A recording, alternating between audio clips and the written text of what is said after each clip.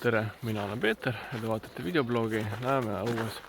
Täna oleme tulnud Tallinnasse Vabaõhumuuseumisse ja läheme pilume, mis siin teha annab või mis maju siin näha on. Territooriumi liikumiseks on võimalik laenutada soomekelke, kärusid ja jalgrattad. Et kui tuled väikeste lastega, siis on olemas ka abivahendid.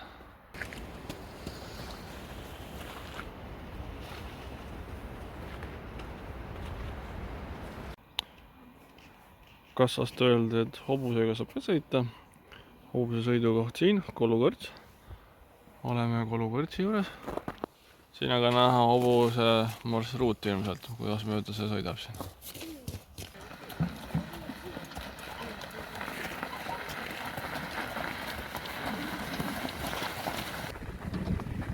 Täispikka päeva kohe ei saa teha kohvile mikropuud istuda, et seda natukene vaikselt tööst tagasi tulema, selle ühe päeva saab ära sõita.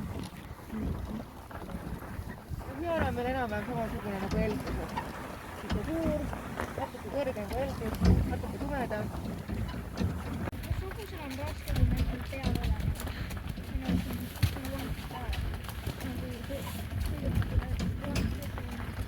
Tema on juba harjunud.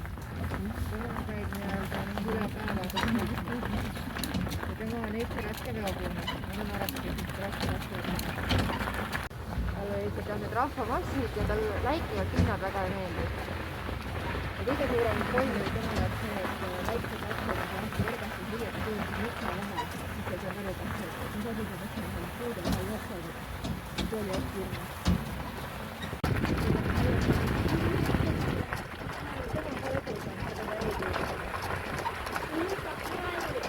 Ja, nüüd läks ralliks.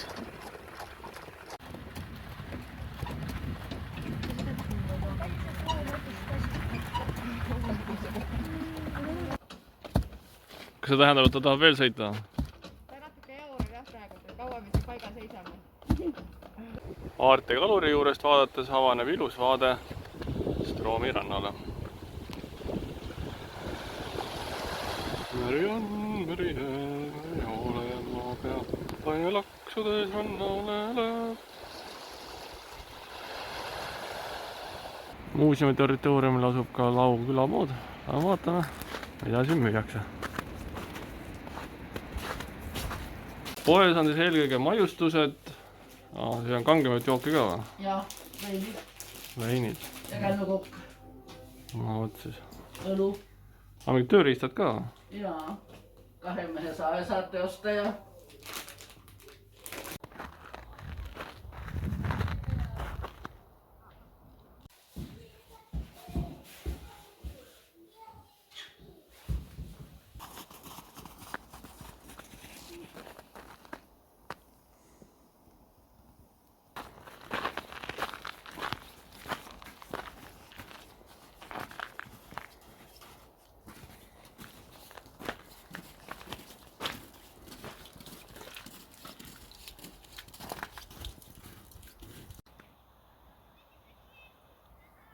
Saime naabermajast leiba, mida kitsele anda. No julged sa anda või?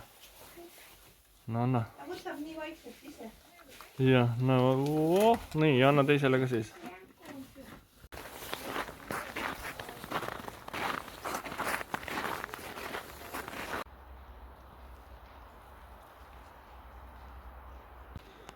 See on ka üks nõukade aja korterelamu, kolhoosi korterelamu, kus on erinevatel korrustel ka erinevad ajastuga korterid sisustatud.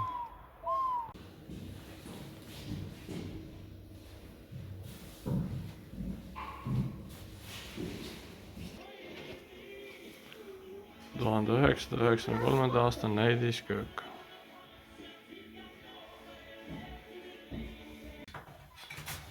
Tuhat 1978.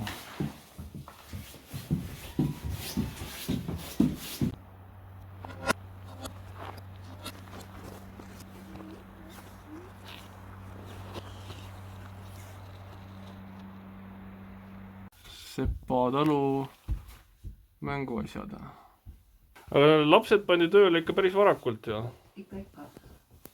Et seal juba 5-aastaselt ikka hanekarjas ja seakarjas ja ja tüdrukud hakkasid ikka kuuaastaselt ketrama. Sepa talu sepikoda. Eks see Sepa talu oma nime ongi saanud selle sepikoha pärast, et see on põhielatusallikas, millest see talu siis elatus. No loomulikult olid ka omad väiksed loomad või noh, väike loomakari, et aga see on rohkem oma ära elamiseks. Vabaõhumuuseumis on nüüd ringi käidud, et kes siis soovib tulla, arvestage kindlasti 3-4 tundi võiks rahulikult siin minna. Eriti kui tahate veel rääkida kohalike inimestega või perenaistega või peremeestega, kes majades on, kes on nõus meelsasti rääkima tolle maja ajaloost, inimestest ja muudest seikadest. Nii et kindlasti soovitan, tulge ja avastage Eesti Vabaõhumuuseumi. Aga minu pealt näeme uues.